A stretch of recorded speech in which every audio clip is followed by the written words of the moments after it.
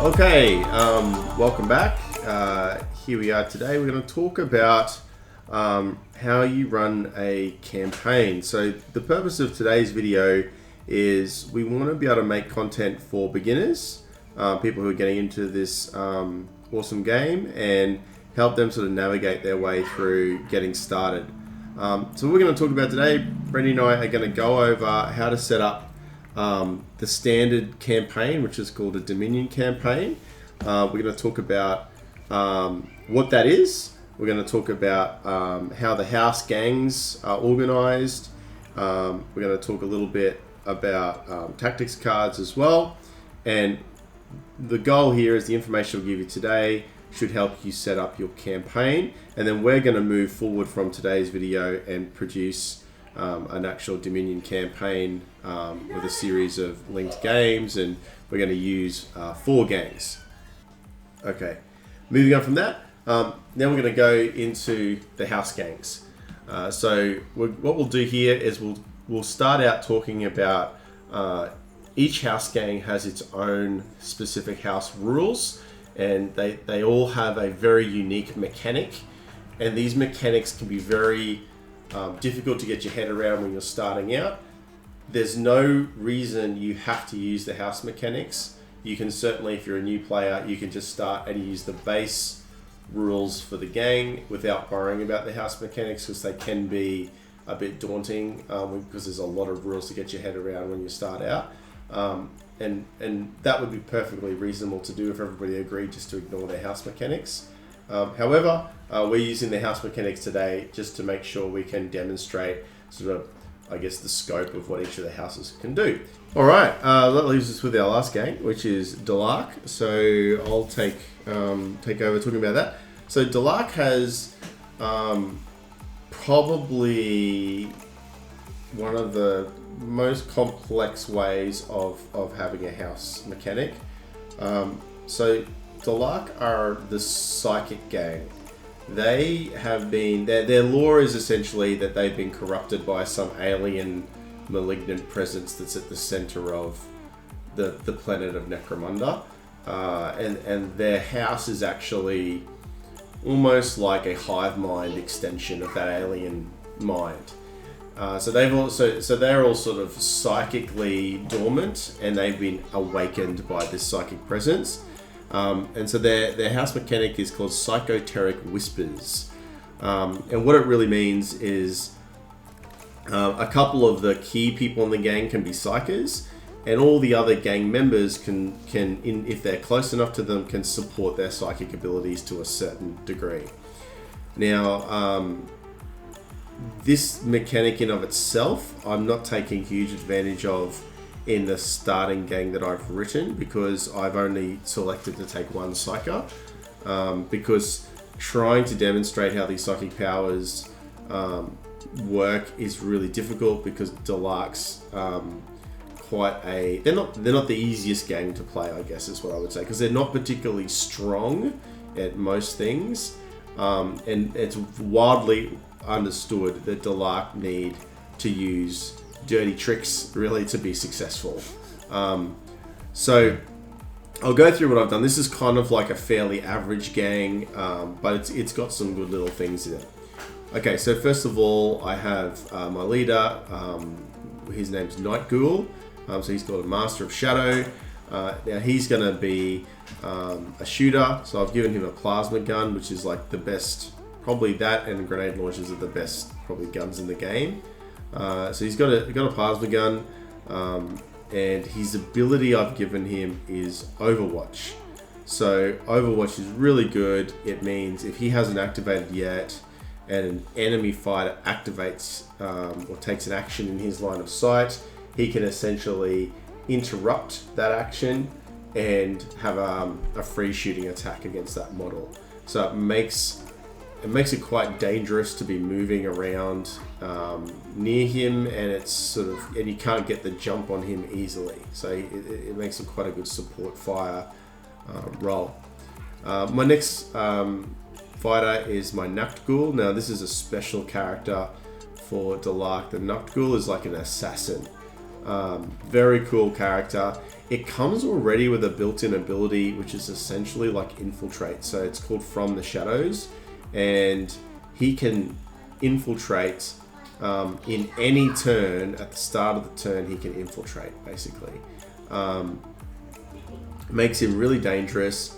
He has a 6-inch move as well, which means he can probably get into melee pretty easily from that infiltration.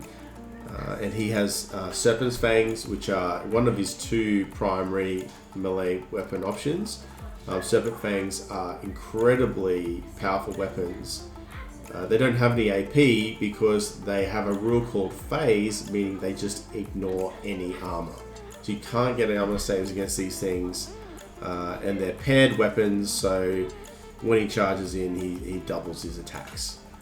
Very dangerous, very powerful, but again, not hard to kill. He's only got 2 wounds and toughness 3. He's not a very strong, tough kind of guy, but definitely good at killing key enemy models. Next, I've got I haven't had another. I do have another champion, a Phantom. So his name's Snakebite. Snakebite's going to have a shotgun, and Delaque get access to one of the special shotgun rounds in their weapon list called Executioner rounds. I've tried these out before in one of our previous skirmish games. They're really cool. They give you a bonus at long range, and they're damage 2, but with -2 AP. So that's a pretty good additional ammo there. And he's also got the skill Faceless.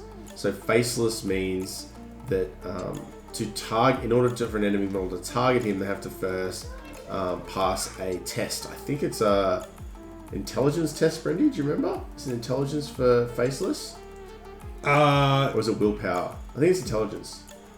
I think it's intelligence or willpower. Yeah, it's one of those 2. So you have to pass a test before you can actually target him. Otherwise, you can't recognize him as an enemy, which makes him really gives a little bit of safety of him moving up, and then so people won't be able to shoot at him. I don't think I mentioned either, but the Nakgul also had a skill Spring Up, meaning that Freddy's already gone over Spring Up, but if he gets shot at and he gets pinned, he can test to jump back up before his next turn. Then we've got Cypher. Cypher is a specialist, so I've given him a long rifle and an infra sight, meaning he gets to ignore one sort of point of cover when he's shooting at enemy models, and sniper rifles are always really good. I've then got 2 ghosts with auto guns. I've then got another ghost. These are my gangers. I've got another ghost with a stub gun and photon flash grenades, which are really good at just causing a bit of mayhem.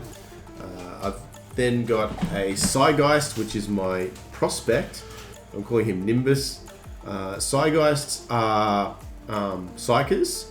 And psychers you got to be careful with, because when an opponent takes a psyker out of action, they get D3 times 10 credits as a little bonus at the end of the game, because psychers are illegal on Necromunda, so they always get a bonus for taking out a psyker. Means that when you take every psyker you take, you're giving the opponent a potential bonus income and more of a reason to go after them. So I've only taken this one guy. And I've given him an ability called Spatial Psychosis.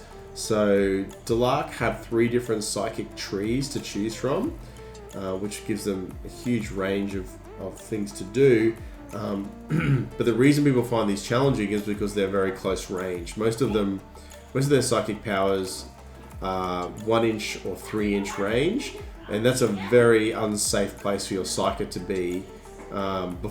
To get to before they can even trigger their power. So there is a couple of ways you can expand that distance, but I've given him a longer range ability, so it's a 12-inch range, and basically the psychic does a test, and then if the test is passed, the opponent gets pinned.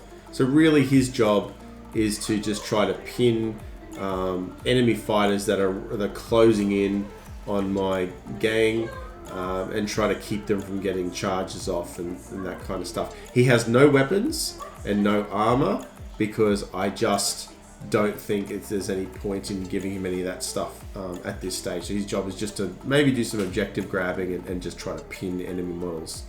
Lastly, I have a Juve. His name's Proto.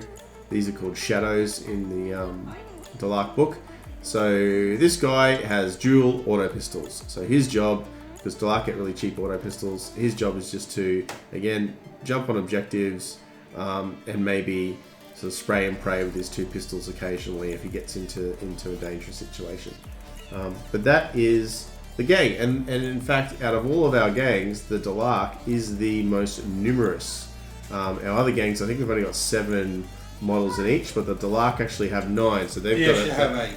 Oh, the Escher have 8. Because there's a pet. Because of the pet, right. So the Delaque probably have a slight advantage there in terms of larger games. They can maybe try to play for that outmaneuvering the opponent with number advantage. Yeah. But they're also very squishy. Delaque, most of my guys don't even have armor. So Yeah, well, sometimes, activation count. You can save that piece, yeah, and you can try and out-activate to save that one piece to play later on. save my leader with his plasma gun to go last, so he can try to snipe out the Force your opponent to activate Yeah. before you have to get Yeah. it in a better position. Yeah, or something. exactly. Yeah, so I mean, it's not a bad thing that It gives you a slight advantage for sure. it does and it doesn't. Yeah, it just depends also on the mission and a whole bunch of other It factors. does, But anyway, so that's all of our gangs. We've just gone through and unpacked each of them and their mechanics.